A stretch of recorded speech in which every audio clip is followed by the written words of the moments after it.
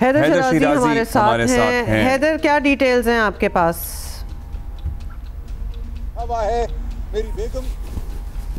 ملاقات ہوئی ہے اور اس سلسلے میں اس ملاقات میں -1 کا ایک موقع پر بھی ذکر ہوا جہاں پر بانی پی ٹی آئی کو پارٹی کے رہنماؤں اور سیاسی کمیٹی اور کور کمیٹی کے فیصلوں کے بارے میں آگاہ کیا گیا، جس پر بانی پی ٹی آئی نے تشویش کا بھی اظہار کیا کہ اے پی سی یا قومی سلامتی کمیٹی میں یہ جو نہ جانے کا فیصلہ ہے یہ درست تھا، اور پارٹی کے اندر یہ جو کہا جا رہا تھا کہ ہمیں جانا چاہیے یہ غلط تھا، اور بانی پی ٹی آئی نے اپوزیشن اتحاد تحریک تحفظ آئین پاکستان کی قیادت کے حوالے سے بتایا کہ ان کا فیصلہ درست تھا، اور انہوں نے محمود خان اچکزئی اور علامہ ناصر عباس کے فیصلے کو سراہا، اور سردار اختر مینگل کے حوالے سے انہوں نے کہا کہ ان کی پارٹی کے حوالے سے ان پر کریک ڈاؤن کیا جا رہا ہے اور ہم ان کے ساتھ ہیں، اور بانی پی ٹی آئی نے اپوزیشن اتحاد کے فیصلوں کے حوالے سے کہا کہ میں محمود خان اچکزئی کی جگہ ہوتا تو ایسے ہی فیصلہ کرتا، اور بانی پی ٹی آئی نے کہا کہ غیر منتخب نمائندے اور حکومت کیسے اتنے بڑے فیصلے کر سکتے ہیں، اور اس حوالے سے آج انہوں نے اپوزیشن اتحاد تحریک تحفظ آئین پاکستان کی قیادت کے لیے کچھ پیغامات بھی بھجوا دیے ہیں، اور میڈیا سے گفتگو کرتے ہوئے بھی علیمہ خان نے کہا کہ یہ تحریک تحفظ آئین پاکستان کے فیصلوں کو عمران خان نے سراہا بھی ہے، اور ساتھ ہی انہوں نے کہا ہے کہ محمود خان اچکزئی کے فیصلہ درست تھا، اور اس کے علاوہ سلمان اکرم راجہ نے بھی میڈیا سے گفتگو کرتے ہوئے کچھ اسی طرح کی بات کی ہے، اور بیرسٹر گوہر نے یہ آن ریکارڈ میڈیا سے بات کرتے ہوئے کہا کہ عمران خان نے کہا کہ سیاسی کمیٹی کا جو فیصلہ تھا رات گئے وہ درست تھا، اور میرا بھی یہی موقف ہوتا اگر میں رہا ہوتا. ابتدائی طور پر جو فیصلہ ہوا تھا کہ اس اجلاس میں شرکت کرنی ہے وہ غلط تھا، اور بعد میں جو فیصلہ تبدیل ہوا اس کی تائید کی گئی ہے بانی پی ٹی آئی کی طرف سے، ایسا ہی ہے؟ جی بالکل، بانی پی ٹی آئی نے آج اس فیصلے کی تائید کی ہے کہ جو رات کے وقت محمود خان اچکزئی، علامہ ناصر عباس اور سردار اختر مینگل سمیت اپوزیشن اتحاد نے کیا تھا، جس کی توثیق بعد میں سیاسی کمیٹی نے کی، اور سیاسی کمیٹی نے بعد میں یہ فیصلہ کیا کہ وہ اس قومی سلامتی اجلاس میں نہیں جائیں گے. تو اب بانی پی ٹی آئی نے اپوزیشن اتحاد کے فیصلوں کو ان کی پریس کانفرنس پر ان کو سراہا ہے، جبکہ ساتھ ہی سیاسی کمیٹی کے فیصلوں پر بھی انہوں نے کہا کہ یہ ایک اچھا اور بہتر فیصلہ کیا ہے. یہ کیسے ممکن ہے کہ میرے پارٹی رہنما میری مشاورت کے بغیر ہی یہاں کسی بھی اے پی سی یا قومی سلامتی کمیٹی اجلاس میں چلے جائیں. جی ٹھیک ہے جی. اب آگے اگر کوئی اجلاس کا کوئی اگلا سیشن ہوتا ہے، بس یہی بات ہوئی ہے کہ ہاں آپ نہیں گئے، آپ نے اچھا کیا، یا کوئی سجیشن بھی ہے؟ نہیں، ایک سیکنڈ حیدر، آج جو وہ ہمیشہ ہی ملنے کے لیے کہہ رہے ہوتے ہیں کہ جی ہمیں ملنے نہیں دیا جا رہا، فائنلی آج ملاقات ہو ہی گئی تو بات بس اتنی ہی رہ گئی، مطلب ہاں جی آپ کا فیصلہ ٹھیک ہے نہیں جانا. دیکھیں یہ وکلاء اور بہنوں کی ملاقات ہوئی ہے، سیاسی قیادت کی اب بھی ملاقات نہیں ہوئی. سلمان اکرم راجہ، اس کے علاوہ ظہیر عباس، نیاز اللہ نیازی اور یہ علی ظفر ان کے وکیل بھی ہیں، اور یہ وکلاء کی آج دن تھا، اور ان کے علاوہ ان کے فیملی ممبرز کا دن تھا. وکلاء اور فیملی ممبرز کو ملاقاتوں کا موقع ملتا ہے لیکن سیاسی قیادت کو ملاقاتوں کا موقع نہیں ملتا. اس پر انہوں نے آج تشویش کا اظہار کیا ہے اور کہا ہے کہ سیاسی قیادت کو ان سے ملنے کا موقع فراہم کیا جائے، اور انہوں نے اس کے علاوہ بھی اپنی وکلاء کی ٹیم کو تبدیل کیا ہے، اور نیاز اللہ نیازی کو کہا ہے کہ وہ ترجمان ہوں گے. اور اس کے علاوہ انہوں نے ایک اور کہا ہے کہ کوئی بھی تمام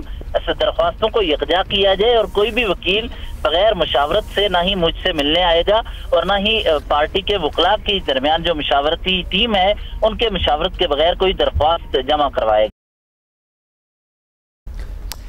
بہت سے ان کے وکلاء ان کے ممبر ہیں، مطلب چیئرمین ہو گئے یا سیکرٹری جنرل ہو گئے، وکیل ہی ہیں نا، تو کنفیوژن ہو جاتی ہے. اچھا جی، ابھی آگے بڑھیں گے. بلوچستان حکومت نے لیویز فورس میں بڑے پیمانے پر اصلاحات کا فیصلہ کیا ہے.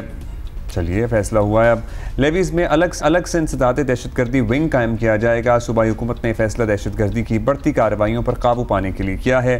بلوچستان میں 90% علاقوں میں سیکیورٹی لیویز کے ذمے ہیں، لیکن لیویز فورس پر تنقید کی جاتی ہے کہ وہ روایتی فورسز کی طرح نہ تو تربیت یافتہ ہیں، نہ ان کے پاس جدید اسلحہ ہے، دیگر آلات ہیں، نہ ہی لیویز پر خرچ ہونے والے فنڈز کا طریقہ کار بھی وفاق کے اس پہ بھی تحفظات ہیں. بلوچستان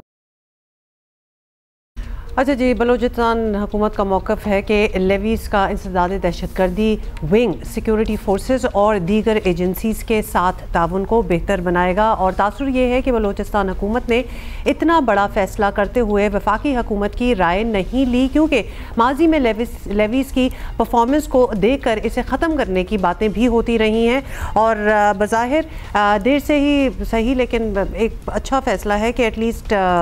شاید رند صاحب ہمارے ساتھ موجود ہیں، ترجمان ہیں حکومت بلوچستان کے۔ رند صاحب، بلوچستان میں جو لیویز فورس ظاہر ہے ان کی استعداد پر، کیپیسٹی پر بہت سوالات شروع سے اٹھتے رہے ہیں، کیا تبدیلیاں کی جا رہی ہیں ابھی؟ دیکھیں، اس وقت جو صورتحال ہے بلوچستان میں امن و امان کی، ایک لانگ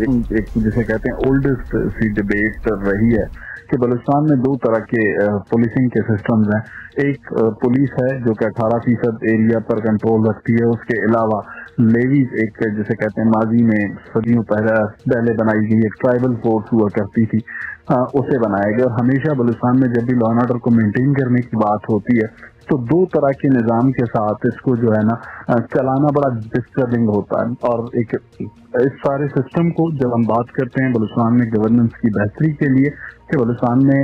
ڈیولپمنٹ پیراڈائم کو ٹھیک کرنا ہے، بلوچستان میں گورننس کو ٹھیک کرنا ہے، تو اس کے لیے سب سے پہلا جو سبجیکٹ ہے وہ لا اینڈ آرڈر کا ہے، اور یہ بڑا ڈیفیکلٹ ہو جاتا ہے کہ ایک ہی ڈسٹرکٹ میں ایک طرف سینئر سپرنٹینڈنٹ آف پولیس یا ایس پی پولیس ہوں اور دوسری طرف ڈپٹی کمشنر کے ماتحت لیویز ہو، تو اس میں جو ہے ڈسٹربنس رہتی ہے۔ تو اس کے لیے لازمی سی بات ہے مستقبل کو سامنے رکھتے ہوئے بڑے فیصلے جب آپ نے لینے ہوتے ہیں تو ایک کمانڈ میں جب اگر کوئی بھی لا اینڈ آرڈر فورس موجود ہوگی تو اس ڈسٹرکٹ کی ایڈمنسٹریشن کو مینٹین کرنا آسان ہوگا۔ اسی لیے یہ فیصلہ کیا گیا ہے کہ نیویز اور پولیس جو ہے اسے فیوچر میں ایک اکٹھی کمانڈ میں لانے کی کوشش کی جائے تاکہ لا اینڈ آرڈر کا جو سچویشن ہے اسے مینٹین کیا جائے۔ شاید صاحب،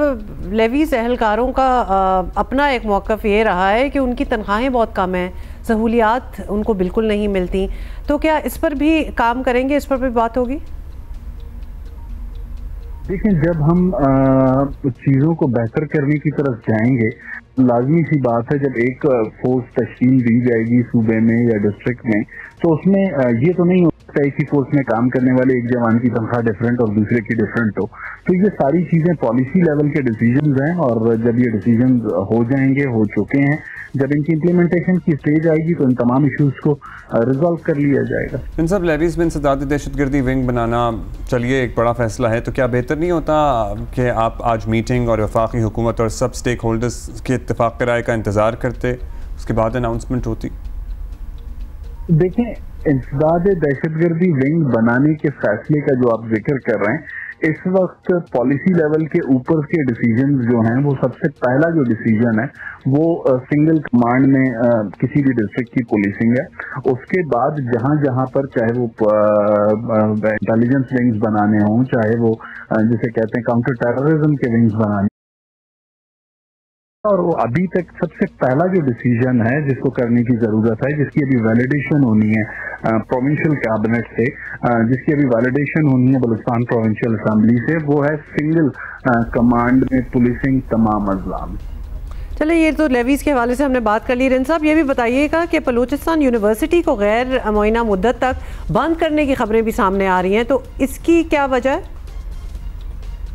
دیکھیں، بلوچستان یونیورسٹی ایک وائس چانسلر کے ماتحت کام کرتی ہے، اور اگر انہوں نے کسی چیز سے ضرورت سمجھی ہے کہ اسے کچھ عرصے کے لیے بند کرنا ہے تو اس کے لیے انہوں نے یہ ڈیسیجن لیا ہے۔ مزید اس کی جو فردر ڈیٹیلز ہیں، واٹ آر دا ریزنز، اب چونکہ ابھی کچھ دیر قبل یہ فیصلہ